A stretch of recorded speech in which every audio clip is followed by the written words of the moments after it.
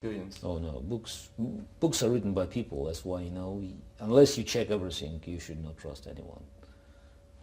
It's I mean, the positions where everything is exhausted, and the book says it's winning for white or black, and that's true. But general recommendations are normally, not very good, and you have to check it extremely carefully before you employ it.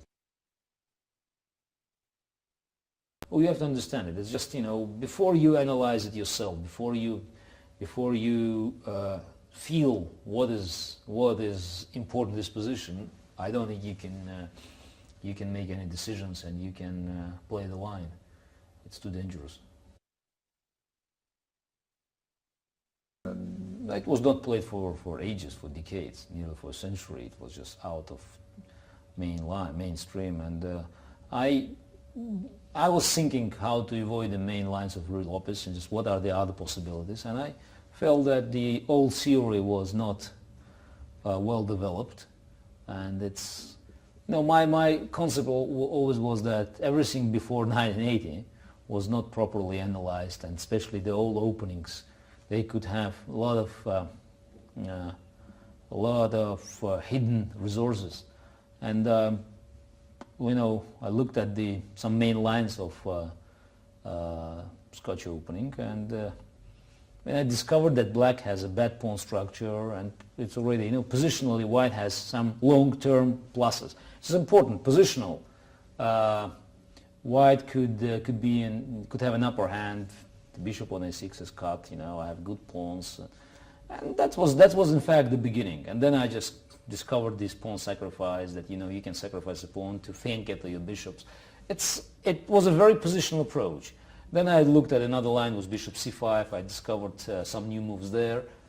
So at the end of the day, I came up with a conclusion that it's new, but white has very little risk, and it should be employed. And it proved to be very successful. I mean, from 1990 it's being played very widely, and so far black is still short of finding a proper response.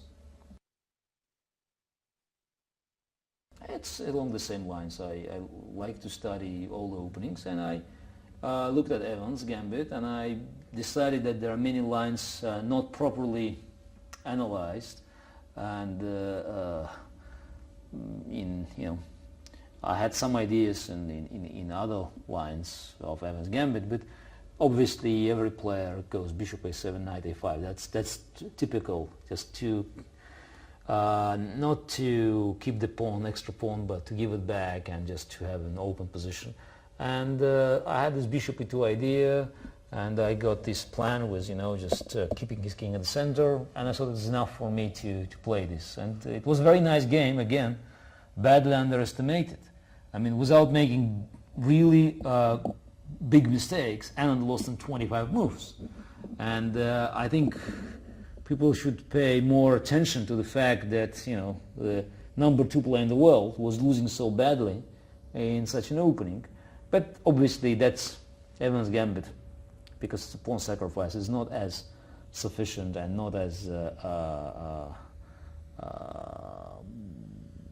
positional as Scotch opening. That's why it didn't enjoy long-term popularity, and I employed it only once more in the serious game against Piquet, which I also won nicely.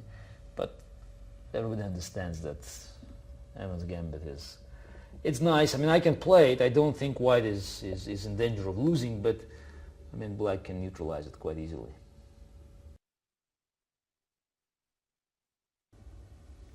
There's so much information available now that one advice will not change anything. You just have to be able to look at that and absorb the information. There's one small advice, that the beginners should not pay too much attention to the opening theory. I mean, you have to learn a little bit, but not to spend too much time. The end game and middle game, the technical details of those parts of the game are very important. I mean, if you play good endgame, or if you know something about the endgame, if you learn some typical position middle game, that could make more good for you than to study some big openings. Yeah, I mean, my game approach was very different from Karpov's, and that's a good example. The game was Anderson, but basically, I believe if there is an opportunity to attack, you should attack, and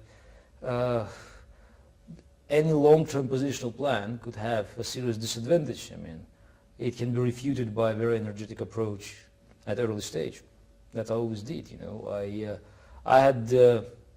I still have a serious mistrust for long-term positional plans because it can always be interrupted by aggressive action if position is not close. In a close position, obviously, you have to maneuver. But if position has some opportunities for action, you have to be very careful in preparing long-term assault.